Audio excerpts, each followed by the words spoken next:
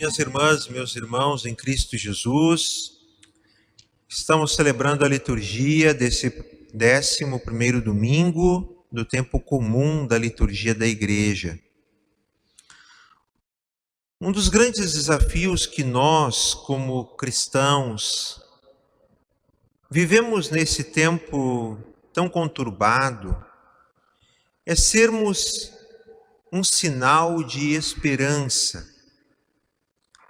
Sermos testemunhas da esperança, aonde muitos semeiam o desespero, aonde muitos pregam o caos, aonde tantos não encontram mais saída.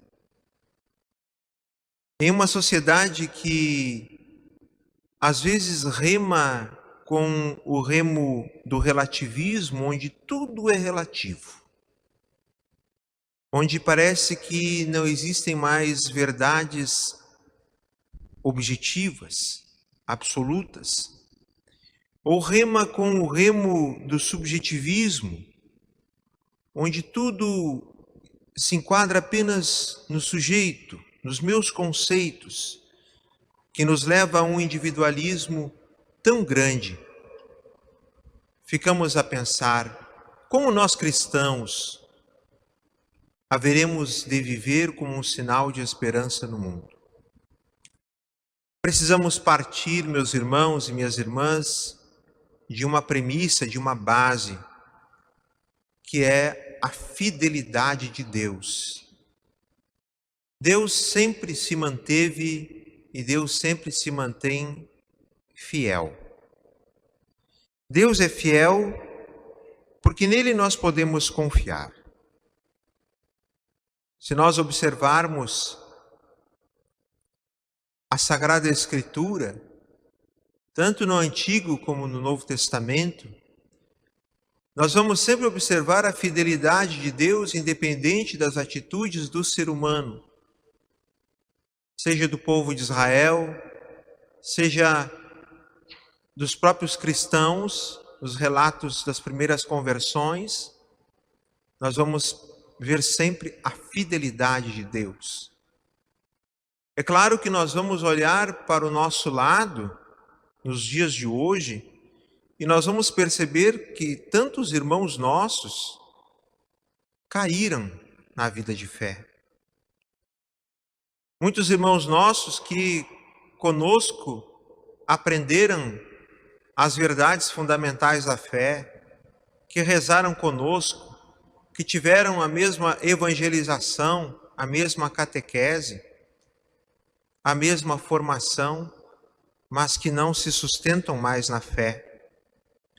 Deixaram que a sua fé fosse destruída, relativizada e até mesmo roubada, diríamos assim.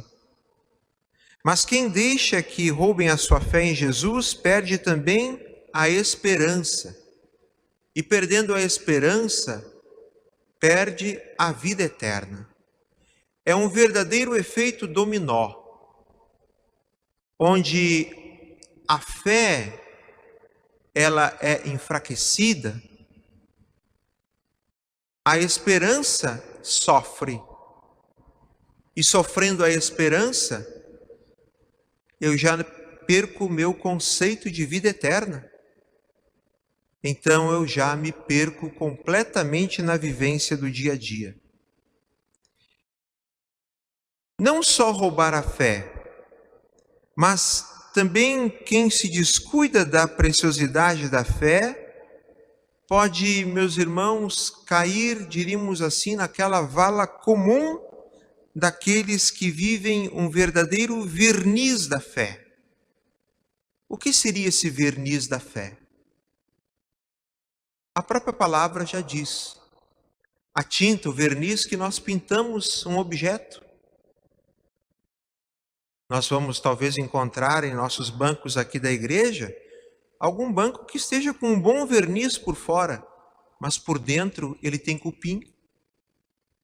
E às vezes a nossa fé pode estar assim, por fora está tudo muito bonito, mas por dentro é uma fé que está carcomida, que está oca e que vive apenas de uma casca muito bem apresentável. Ou então, meus irmãos e minhas irmãs, nós podemos talvez estar vivendo um cristianismo, um catolicismo de senso, em que o recenseador pergunta àquele que é católico: qual é a tua religião?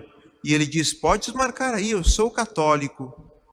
Mas quando nós vemos a vivência da fé, é um sincretismo, uma misturança, uma mistureba de crendices, que dá uma verdadeira congestão espiritual na pessoa e que nós não sabemos mais o que estamos vendo. E há algo também que é muito presente nos tempos de hoje, que é o ateísmo prático, onde a pessoa diz que é uma pessoa de fé, mas vive como se não acreditasse em Deus. Vive como um ateu. Ora, meus irmãos e minhas irmãs, se nós não cuidarmos da nossa fé, é a mesma coisa que nós não cuidarmos da galinha dos ovos de ouro. Um dia poderemos ficar sem a galinha dos ovos de ouro, e no momento em que ficarmos sem a galinha dos ovos de ouro, ficaremos sem os ovos de ouro. Aquele que cuida da galinha dos ovos de ouro sempre terá ovos de ouro. Se nós descuidarmos da nossa fé, nós vamos perder a esperança e vamos jogar fora a vida eterna. Por isso nós nos debruçamos sobre a primeira leitura do profeta Ezequiel, e nós vamos observar que ele garante ao povo de Deus exilado na Babilônia que Deus não esqueceu da aliança. E aqui há uma dificuldade às vezes que nós temos, porque quando nós achamos que estamos abandonados por Deus, porque as coisas não dão certo, porque achamos que Deus esqueceu de nós, então a minha fé começa a ficar fraca. Nós entramos naquelas crises do desamor. Eu sou mal amado por Deus, porque nada dá certo para mim. Então Deus esqueceu de mim. Deus esqueceu de nós. Porque nada dá certo, tudo dá errado. Não.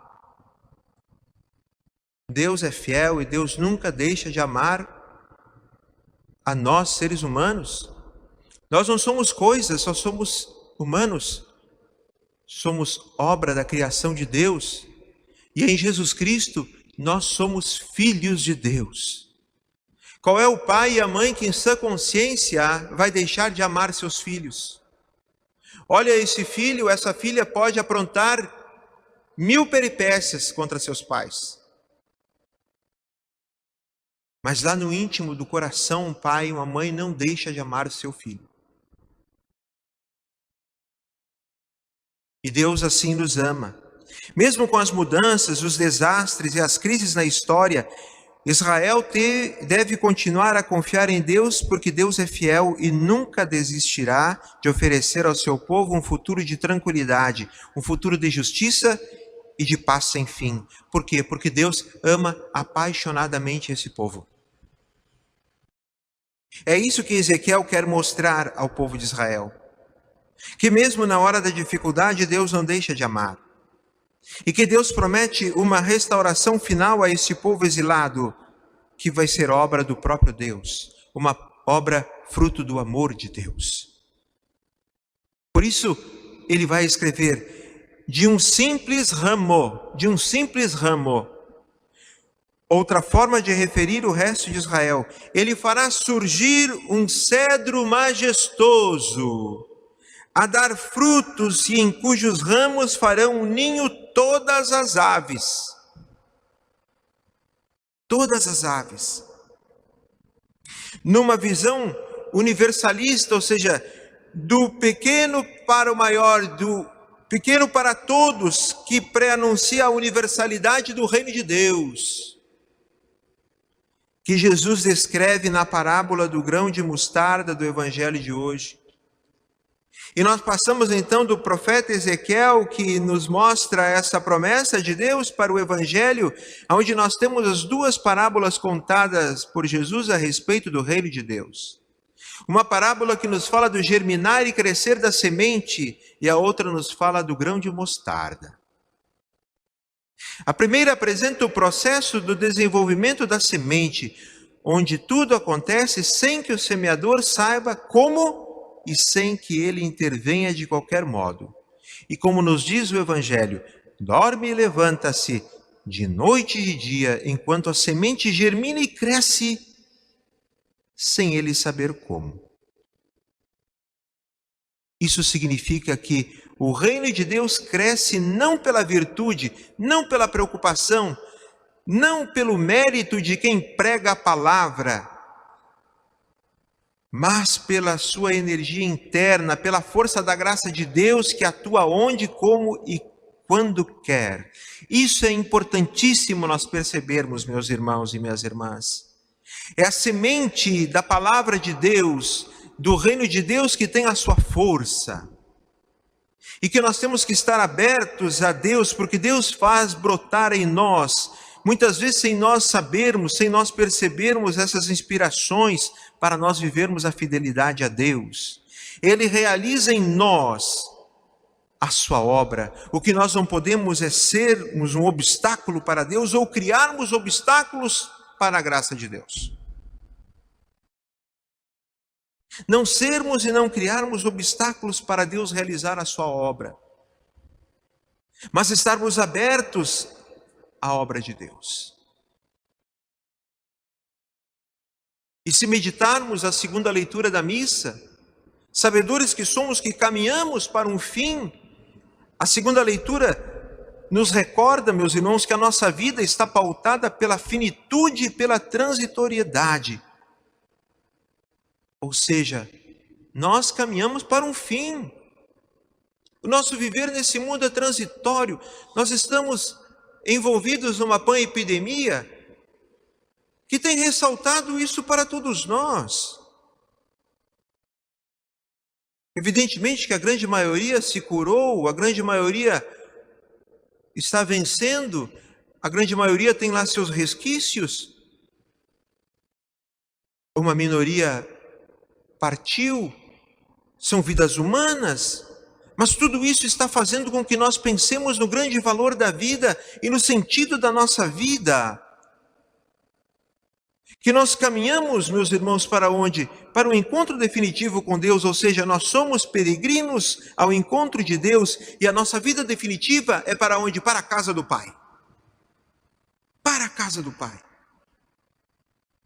E nós estamos vivenciando isso nesse período. Isso é maravilhoso, nós pensarmos que sentido tem a vida. Essa semente do Evangelho que foi colocada no meu coração, na minha vida, ou seja, nós precisamos como cristãos estar conscientes de que o reino de Deus, de que o Evangelho hoje nos fala, embora já presente na nossa atual caminhada pela história, só vai atingir a sua plenitude no final dos tempos, quando todos nós estaremos diante do Senhor. Quando todos nós estaremos na casa do Pai. E precisamos ter muita consciência disso, que somos peregrinos nesse mundo. Isso faz com que nós olhemos para a vida de uma forma diferente. Isso faz com que nós olhemos para as pessoas de uma forma diferente. Isso faz com que nós olhemos para o que temos de uma forma diferente. Isso faz com que olhemos para o que nós realizamos de uma forma diferenciada. As comparações que a palavra de Deus nos dá hoje, de um simples ramo, Deus foi capaz de fazer surgir um cedro majestoso e dar frutos, e em cujos ramos farão ninho todas as aves.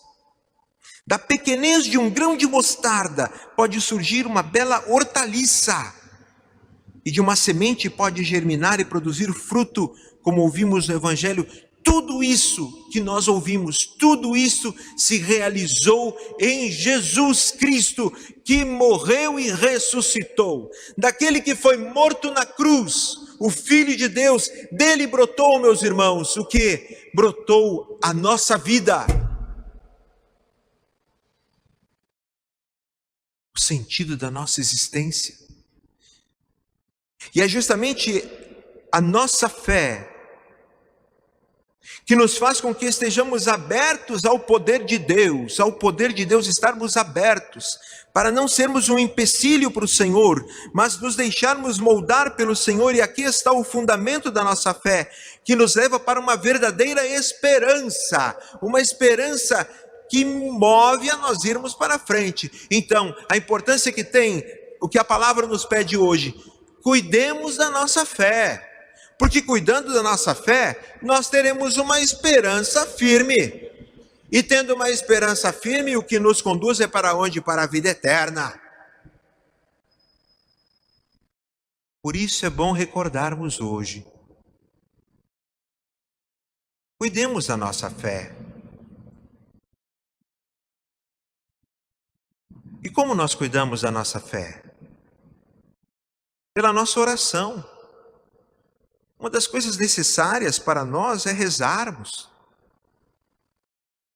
É preciso dobrar os joelhos, mas é preciso dobrar o coração diante de Deus. Chega aquela fase da vida que o joelho não dobra mais. E se o joelho dobrar, a gente tem que chamar um guindaste para ele poder levantar depois. Mas o coração tem que ser dobrado sempre, independente do joelho dobrar ou não dobrar mais. Aquele homem que sabe dobrar o seu coração diante de Deus, a mulher que sabe dobrar o coração diante de Deus, entender que o marido é uma bênção na vida da esposa e a esposa é uma bênção na vida do marido, ou seja, os dois se uniram para caminharem juntos para o céu. Para o céu. É olhar para a esposa e entender, nós nos unimos. É olhar para o esposo e entender, nós nos unimos para caminharmos juntos para o céu. Então nós temos que rezar juntos. Eu tenho que rezar por ti, tu tem que rezar por mim. Tu tens que traçar o sinal da cruz na testa da tua esposa e dizer que Deus te abençoe porque tu és uma bênção para mim. A esposa tem que traçar um sinal da cruz na testa do esposo e dizer, Deus te abençoe porque tu és uma bênção para mim. Os dois têm que traçar um sinal da cruz na testa dos filhos e dizer, vocês são uma bênção na minha vida. É a oração, é rezar, meus irmãos, rezar, falar com Deus. O ser humano só cresce quando ele dobra o coração diante de Deus. E aí nós crescemos. Uma segunda coisa importantíssima para a nossa fé ir se solidificando é a reconciliação, é o banho de misericórdia, a confissão. Nós percorremos tantos caminhos, tantos atalhos no nosso dia a dia, na nossa vida, fazemos tantos planejamentos, planejamos viagem, planejamos negócios, compras, pagamento de dívidas, empregos, cursos. Mas muitas vezes perdemos o caminho do confessionário. E ficamos vendo, nossa, a minha vida não dá mais lucro. A minha vida não se resolve, eu não tenho mais lucro na minha vida. Eu não estou aqui falando de lucro financeiro, não. Tem muita gente que tem lucro financeiro, mas não tem lucro no coração. E tenta com lucro financeiro comprar o lucro do coração, e quanto mais compra, mais pobre fica.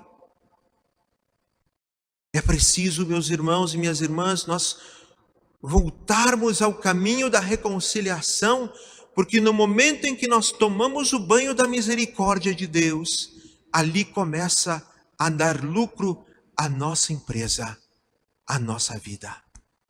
Porque nós começamos a experimentar a misericórdia de Deus e começamos a viver essa misericórdia com o nosso próximo. terceiro aspecto importante para a nossa vida de fé é a palavra de Deus. Sim, o amor à palavra, a escuta do Senhor, mergulharmos na palavra do Senhor todos os dias. A palavra de Deus, Deus que fala comigo por sua palavra. A escuta, a meditação, a vivência da palavra, um amor maravilhoso àquele que fala comigo, que fala conosco como igreja. E aí nós entramos a um quarto aspecto, que é a vida da igreja. Nós somos a comunidade, quando a palavra fala do cedro majestoso que deu frutos. Eis aqui o cedro majestoso, nosso Senhor Jesus Cristo, que morto na cruz, do seu lado aberto, jorrou sangue e água, e gerou o que? A igreja que somos nós. Como é maravilhoso ser igreja, ser comunidade, amar a comunidade, com suas dificuldades, com as suas benevolências, com as suas graças, com a sua missão de levarmos Jesus para as pessoas, de fazermos com que as pessoas sejam partícipes da comunidade. Um quinto aspecto é a Eucaristia. Meus irmãos, é preciso que nós talvez batamos lá na nossa vida de fé, tem que tirar um pouco da poeira para que a fé se reaqueça. Então a Eucaristia é o grande momento da nossa semana, o domingo, dia do Senhor. Nos alimentarmos da palavra e da Eucaristia, para fortalecermos a nossa fé. Mas eu tenho um passeio, eu tenho uma viagem, eu tenho um compromisso. Todos nós temos todos os compromissos do mundo. Nós temos a vida de família, nós temos tudo por fazer. Mas aonde nós estivermos, ali existe uma igreja próximo de nós. Ali tem um lugar onde haverá a celebração da missa. E nós bem sabemos que quando nós amamos, nós achamos tempo para tudo. Tudo. Quando nós amamos, nós achamos tempo. Por isso que tempo é uma questão de amor. Quando eu amo, eu encontro tempo. Eu encontro tempo para quem eu amo. E por fim, a nossa fé precisa estar fortalecida por uma caridade ardente. Uma caridade verdadeira, um amor verdadeiro vivido a Deus e ao meu próximo. Aonde eu procuro ao máximo fazer o bem para aquele que está mais próximo de onde estou. E esse bem maior que eu levo para o meu irmão, para a minha irmã, é Jesus Cristo. Através de minhas ações, através de minha palavra e muitas vezes através de minha ação solidária e tantas vezes silenciosa. Meus irmãos e minhas irmãs, nosso Senhor Jesus Cristo semeou no nosso coração uma semente que não pode ficar abafada.